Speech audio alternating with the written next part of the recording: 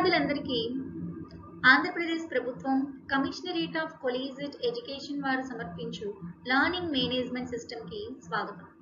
నా పేరు ఉమా తరంగిణి. నేను చరిత్ర అధ్యాపకురాలిని.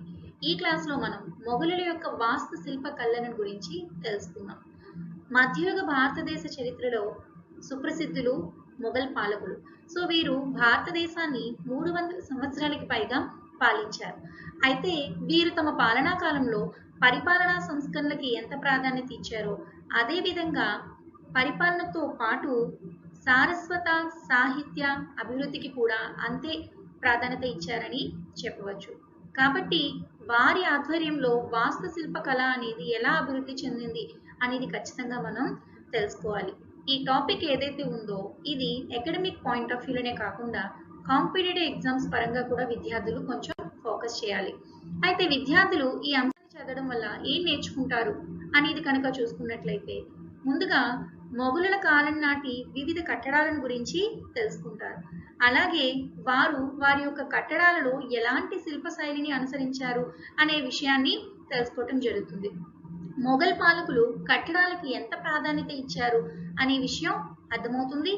ఎట్ ద సేమ్ టైం ఈ యొక్క కట్టడాలలో వాటి యొక్క ప్రముఖ లక్షణాలు అనేవి ఏంటి, అలాగే వాటి యొక్క వైశిష్ట్యాన్ని విద్యార్థులు అంచనా వేయటం జరుగుతుంది. ముఖ్యంగా కింగ్ ఆఫ్ ఇంజనీర్ గా ఖ్యాతి గడించినటువంటి షాజహాన్ కి ఎందుకు ఆ పేరు వచ్చింది అనే విషయాన్ని తెలుసుకోవటం జరుగుతుంది.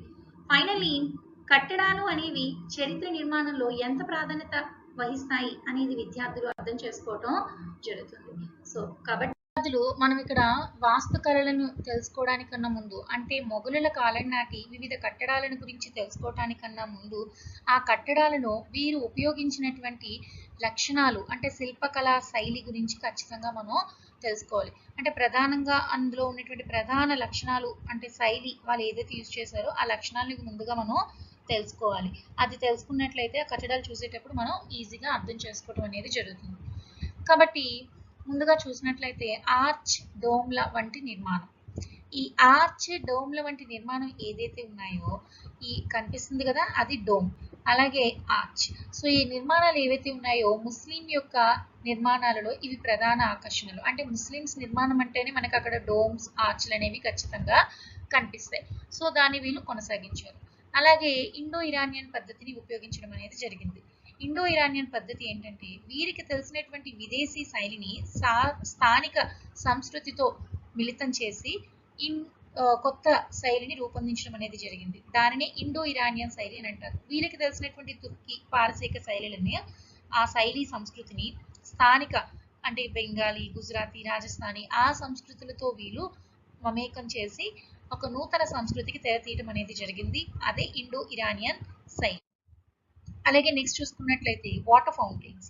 ఈ వాటర్ ఫౌంటైన్స్ అనేది మొఘలుల యొక్క నిర్మాణాలలో ప్రధాన ఆకర్షణగా మనం చెప్పుకోవచ్చు. మీరు ఏవైతే చూస్తున్నారో పిక్చర్లో వాటర్ ఫౌంటైన్స్, వారి యొక్క కట్టడాల్లో ప్రధాన ఆకర్షణలు వాటర్ ఫౌంటైన్స్, నీటి ప్రవాహము, నీటిని విరజిమ్మే విధంగా ఏర్పాట్లు చేయటం అనేది వీళ్ళ ప్రధాన లక్షణాలు. అలాగే నెక్స్ట్ చూసుకున్నట్లయితే ఉద్యానవనాల నిర్మాణం. ఉద్యానవనాలు అనేది మొఘల్స్కి పెట్టింది పేరు. సో వాళ్ళే ఉద్యానవనాలని స్టార్ట్ చేయడం అనేది జరిగింది. అయితే ఈ ఉద్యానవనాలకి ప్రత్యేక ఆకర్షణలుగా చార్ బాగ్ల నిర్మాణం అనేది చేపట్టారు. అంటే టోటల్ ఆ పార్క్ ఏదైతే ఉందో దాన్ని 4 ఈక్వల్ పార్ట్స్ గా డివైడ్ చేసి వాటి మధ్యలో కన్స్ట్రక్షన్ ని చేపట్టి దానికి ఎంటర్ అవ్వడానికి ఒక పెద్ద దర్వాజా నిర్మాణం అనేది చేపట్టి, అంటే వారి ప్రతి కట్టడాలు కూడా మనం పార్క్ లాంటి, తోటల్ లాంటి నిర్మాణాల్లోనే చూడొచ్చు.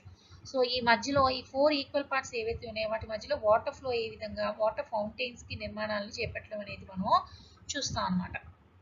సో నెక్స్ట్ చూసుకున్నట్లయితే వీళ్ళ కాలంలో ఇంకా ప్రధానమైనటువంటి వీరి కట్టడాలలో కనిపించే ఇంకొక ప్రధాన శైలి ఏంటంటే పీట్రా డ్యూరా శైలి. పీట్రా డ్యూరా శైలి ఏంటంటే ఒక ప్లెయిన్ పాలరాతి పైన డిజైన్లని చెక్కి వాటిపైన రంగురాళ్ళని అంటించడం అనమాట, అతికించడం.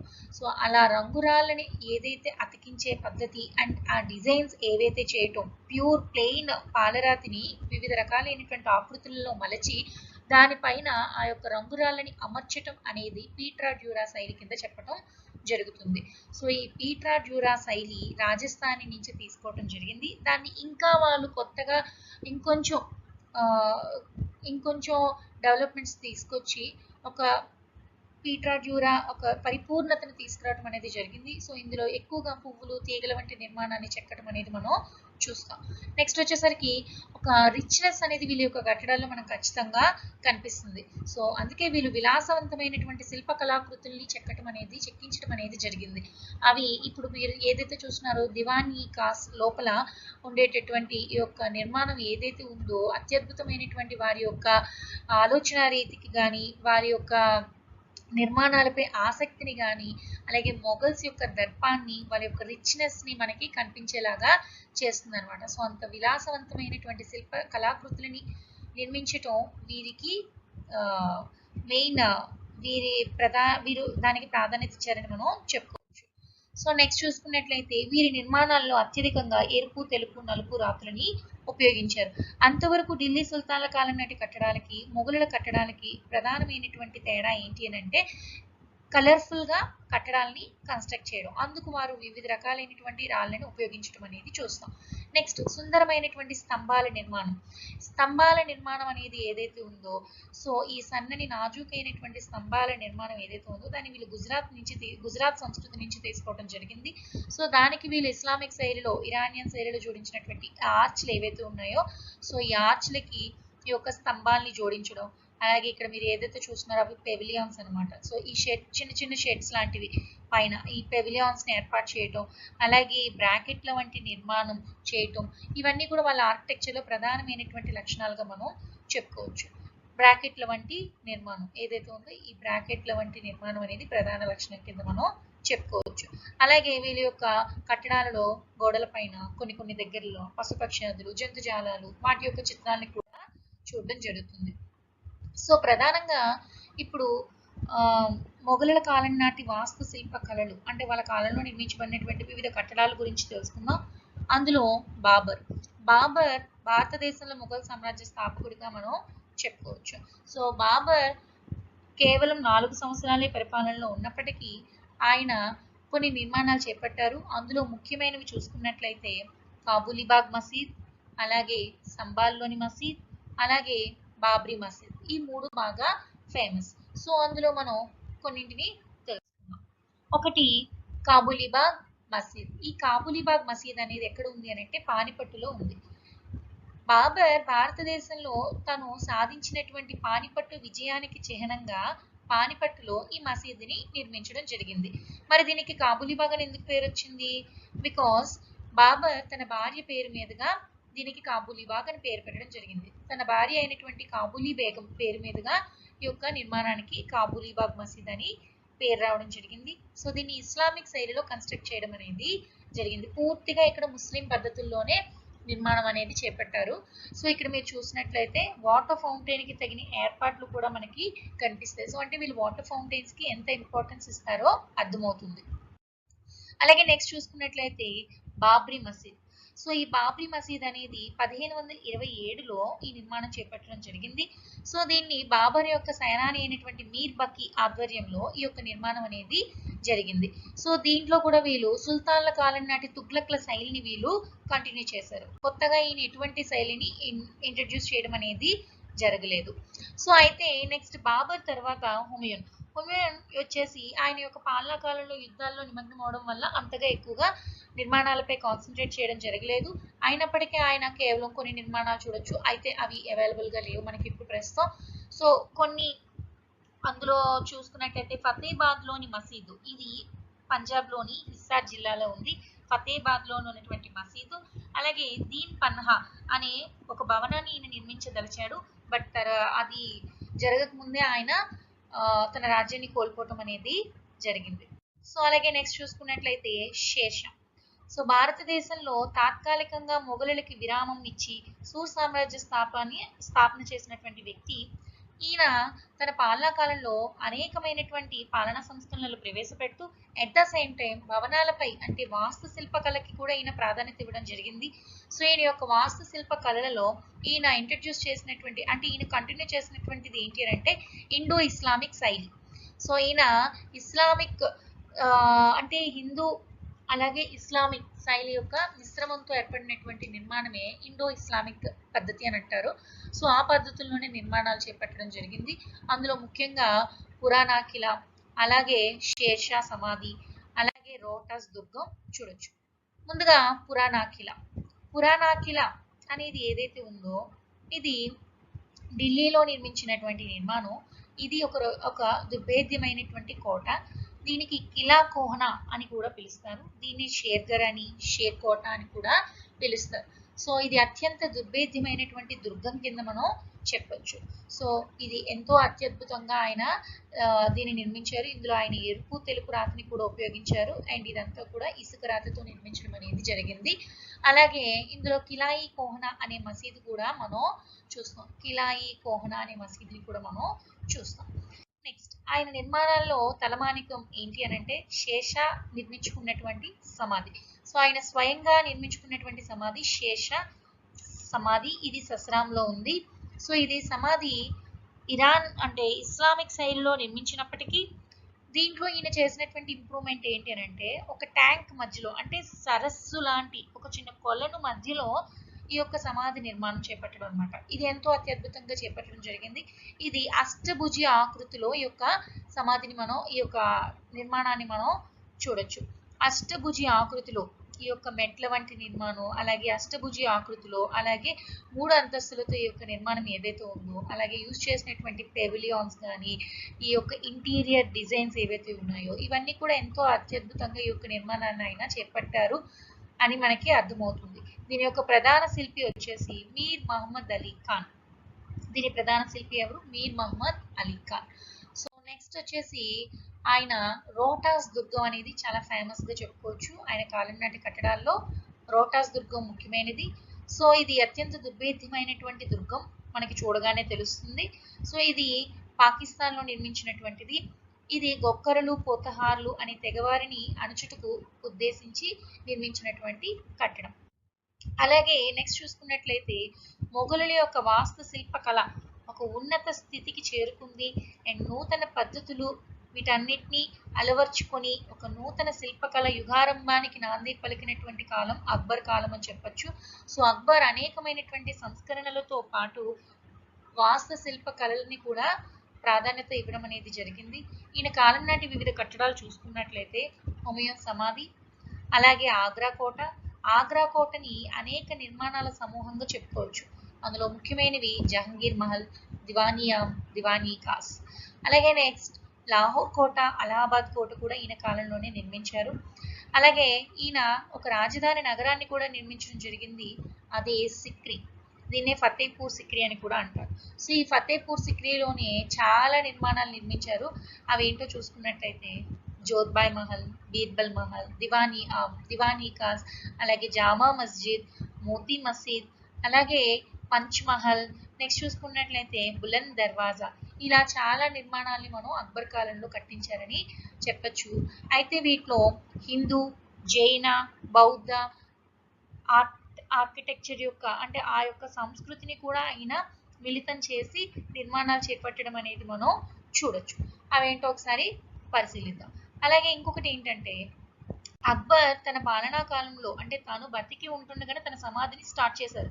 బట్ దీన్ని కంప్లీట్ చేసింది ఎవరు అని అంటే జహాంగీర్. సో ముందుగా ఆయన కాలంలో నిర్మించబడినటువంటి హుమయూన్ సమాధి. సో ఈ హుమయూన్ సమాధి వచ్చేసి ఇది ఎక్కడ ఉంది అని అంటే ఢిల్లీలో ఉంది. ఇందాక మనం ఫస్ట్ లో మనం చూసుకున్నట్లయితే ఉద్యానవనం మధ్యలో హుమయూన్ సమాధి నిర్మింపబడింది అని చెప్పుకున్నాం కదా. సో ఈ యొక్క హుమయూన్ సమాధి అనేది 1565లో నిర్మించడం జరిగింది. హుమయూన్ యొక్క భార్య అయినటువంటి హాజీ బేగం ఈ యొక్క నిర్మాణాన్ని స్టార్ట్ చేశారు. సో అక్బర్ యొక్క పర్యవేక్షణలో ఈ నిర్మాణం అనేది కంప్లీట్ అయిందని చెప్పచ్చు. సో అయితే ఈ నిర్మాణానికి ఆయన అత్యంత ప్రాధాన్యత ఇచ్చి మీరట్ మీర్జా గియాజ్ అనే శిల్పి ఆధ్వర్యంలో నిర్మించడం అనేది జరిగింది. అయితే దీని ప్రత్యేక లక్షణం ఆల్రెడీ చెప్పుకున్నాం, ఉద్యానవనం మధ్యలో ఈ యొక్క నిర్మాణం అనేది ఉండడం అన్నమాట. సో అలాగే ఇంకొక ప్రధానమైనటువంటి విషయం ఏంటంటే ఇది ఎక్కువగా పర్షియన్ శైలిలో నిర్మించినటువంటి నిర్మాణం. పూర్తిగా ఇందులో మనకి ఈ యొక్క స్ట్రక్చర్ డోమ్స్ కానీ ఇవేవైతే ఉన్నాయో పూర్తిగా మనకి పర్షియన్ శైలిలోని ఈ యొక్క నిర్మాణం అనేది చేపట్టడం అనేది జరిగింది. ఇందులో అంతగా ఎక్కువగా మనకి ఇండో ఇరానియన్ శైలి అనేది కనిపించదు. ఎక్కువగా మెజారిటీ ఏంటంటే పర్షియన్ శైలి అనేది మనకి గోచరిస్తుంది. ఇంకోటి ఏంటి అని అంటే ఈ నిర్మాణానికి తెలుపు అలాగే ఎరుపు రాతిని ఉపయోగించారు. అలాగే నెక్స్ట్ 2 డోమ్లు కలిగినటువంటి నిర్మాణం హుమయూన్ సమాధి. ఇక్కడ మీరు చూసుకున్నటువంటి ఈ సీలింగ్ కానీ లోపల ఇంటీరియర్ వాల్స్ డెకరేషన్ కానీ ఇది ఏదైతే ఉందో వాళ్ళు శిల్పకళకి ఎంత ప్రాధాన్యత ఇస్తారు అనే విషయం మనకి అర్థమవుతుంది. వాళ్ళ యొక్క కట్టడాలులో వారి యొక్క హుందాతనం కూడా మనకి తెలుస్తుంది అనమాట.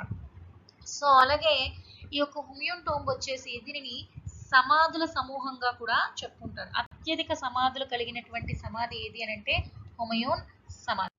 సో ఈ లోపల ఉన్నటువంటి సమాధి హుమయూన్ సమాధి. అండ్ ఈ వాల్స్ కానీ ఈ యొక్క జాలీ వర్క్ కానీ ఏదైతే ఉందో వీరి యొక్క నిర్మాణాల్లో అత్యద్భుతమైన అంటే వీరి యొక్క నాజూకుతనాన్ని నిర్మాణ శైలిని మనకి తెలియజేస్తుంది. నెక్స్ట్ చూసుకున్నట్లయితే ఆగ్రా కోట. అక్బర్ ఎంతో ఇష్టంగా నిర్మించినటువంటి ఈ యొక్క కట్టడం ఏదైతే ఉందో ఆగ్రా కోట 1564లో ప్రారంభమైనటువంటి నిర్మాణం 8 సంవత్సరాల పాటు జరిగింది. 1572లో ఈ నిర్మాణం పూర్తవడం అనేది జరిగింది. అయితే ఈ కోటని చూసుకున్నట్లయితే అక్బర్ తన యొక్క తాత అయినటువంటి బాబర్కి అత్యంత అంటే తాను చాలా ఇన్స్పైర్ అయినటువంటి గ్వాలియర్ కోట నమూనాలో ఈ యొక్క కోటని నిర్మించడం అనేది జరిగింది. సో ఈ ప్రహరీ గోడ చూసుకున్నట్లయితే 75 అడుగుల ఎత్తుతో అత్యంత దుర్భేద్యంగా అనేకమైనటువంటి రక్షణ చర్యలతో పటిష్టవంతంగా నిర్మించినటువంటి నిర్మాణం. సో దీనికి 2 ప్రధానమైనటువంటి ద్వారాలను మనం చూడొచ్చు. ఇక్కడ మీకు ఏదైతే కనిపిస్తుందో సో ఇదొక ద్వారం అండ్ లోపలికి ఎంట్రన్స్ అయిన కొద్ది డిస్టెన్స్ లో ఇంకొక ద్వారం అనేది మనం చూడొచ్చు. ఇలాగ 2 ప్రధాన ద్వారాలని మనం ఈ యొక్క ఆగ్రా కోటలో చూడొచ్చు. ఒక దాని పేరు ఢిల్లీ గేట్ లేదా ఎలిఫెంట్ గేట్ అని, అలాగే ఇంకొకటి వచ్చేసి అమర్ సింగ్ గేట్ గా ప్రసిద్ధి. సో ఈ 2 ప్రధాన ద్వారాలని మనం ఆగ్రా కోటకి చూడవచ్చు. ఈ ఆగ్రా కోటలో అనేకమైనటువంటి నిర్మాణాలు అనేవి జరిగాయి. సో ఇంటీరియర్ వచ్చేసి ఆగ్రా కోటలో అనేకమైనటువంటి నిర్మాణాలు ఉన్నాయి. అందులో మొదటిది జహంగీర్ మహల్. అక్బర్ తన కుమారుడు కోసం అత్యంత ఇష్టంగా నిర్మించినటువంటి కట్టడమే ఈ యొక్క జహంగీర్ మహల్. సో ఈ జహంగీర్ మహల్ యొక్క ఇంటీరియర్ డిజైన్స్ ఏవైతే ఉన్నాయో ఈ అక్బర్ ఎంత ఇష్టంగా దీన్ని అద్భుతంగా నిర్మించారో, అలాగే ఈ యొక్క నీటి సప్లై ఈ మీద ఏదైతే ఉందో అది వాటర్ ట్యాంక్ అనమాట. సో అక్కడ వాటర్ వేస్తే ఈ మధ్యలో నుంచి గోడల రూపంలో అది కిందకి ఫ్లో అయ్యి సో ఇలాంటి చాలా టెక్నిక్స్ అనేవి మనకి అక్కడ కనిపిస్తాయి. సో అత్యంత సాంకేతిక పరిజ్ఞానం. లోపల ఒక గోడ దగ్గర మాట్లాడితే వేరే అవతల వైపు ఉన్నటువంటి వాళ్ళకి ఆ యొక్క సౌండ్ అనేది వినిపిస్తుంది. సో ఇలా చాలా సాంకేతిక నైపుణ్యం అనేది ఒక కోటలో మనం చూడవచ్చు. ఈ యొక్క జహాంగీర్ మహల్లో మనం చూడొచ్చు. సో ఇలాంటి జహాంగీర్ మహల్ ఎంతో ఇష్టంగా తన యొక్క కుమారుడు కోసం నిర్మించడం జరిగింది. సో అలాగే నెక్స్ట్ చూసుకున్నట్లయితే ప్రభుత్వ కార్యాలయాలైనటువంటి దివానీ కాస్ని కూడా మనం ఇక్కడ చూడొచ్చు. మొదటిది దివానీ కామ్. ఈ దివానీ కామ్ అనేది సాధారణ ప్రజలతో సమావేశం అయ్యేటటువంటి భవనం కింద మనం చెప్పొచ్చు. అంటే పాలనా వ్యవహారాలన్నీ కూడా ఇందులో జరుగుతాయి అన్నమాట. సో ఇది ఎంతో అత్యద్భుతంగా ఈ పిల్లర్స్ తో ఒక విశాలమైనటువంటి హాల్ మాదిరి దీన్ని నిర్మించడం అనేది జరిగింది. ఎంతో అద్భుతంగా ఈ యొక్క స్తంభాలు కానీ ఈ ఆర్చ్ల వంటి నిర్మాణం కానీ మనం చూడొచ్చు. సో అలాగే నెక్స్ట్ వచ్చేసి లాహోర్ కోట. ఈ లాహోర్ కోటని ఆయన నిర్మించడం అనేది జరిగింది. లాహోర్ లో అత్యంత దుర్భేద్యంగా ఈ యొక్క కోటని నిర్మించారు. అదే విధంగా అలహాబాద్ కోట. అలహాబాద్ కోట యొక్క ప్రాశస్త్యం ఏంటి అనంటే ఇది పూర్తిగా హిందూ పద్ధతిలో నిర్మించబడినటువంటి నిర్మాణం. సో 40 స్తంభాలతో నిర్మితమైనటువంటి నిర్మాణం ఏదైతే ఉందో 40 సంవత్సరాల పాటు వేల కొలది ఒక టాలెంటెడ్ పని వాళ్ళతో నిర్మించినటువంటి నిర్మాణం అనమాట. పూర్తి హిందూ పద్ధతులతో నిర్మించినటువంటి నిర్మాణమే ఈ యొక్క అలహాబాద్ కోట. సో అలాగే నెక్స్ట్ వచ్చేసి అక్బర్ ఎంతో ప్రీతిగా నిర్మించినటువంటి నగరం సిక్రీ. సో ఈ సిక్రీ నగరం అనేది దీనికి ఫతేపూర్ అనే పేరు ఎందుకు వచ్చింది అని అంటే 1571 నిర్మాణం స్టార్ట్ చేశారు సిక్రీగా.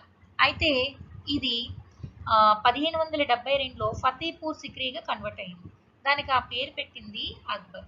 ఎందుకు అంటే 1572లో ఆయన గుజరాత్ పై విజయం సాధించినందుకు చిహ్నంగా దీనికి city of victory, the city of victory అని పేరు వచ్చేలాగా ఫతేపూర్ సిక్రీ అనే ఒక పేరుని పెట్టడం అనేది జరిగింది.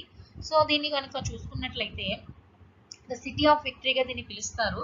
సో ఇందులో అనేకమైనటువంటి నిర్మాణాల సమూహంగా దీన్ని చెప్పుకోవచ్చు.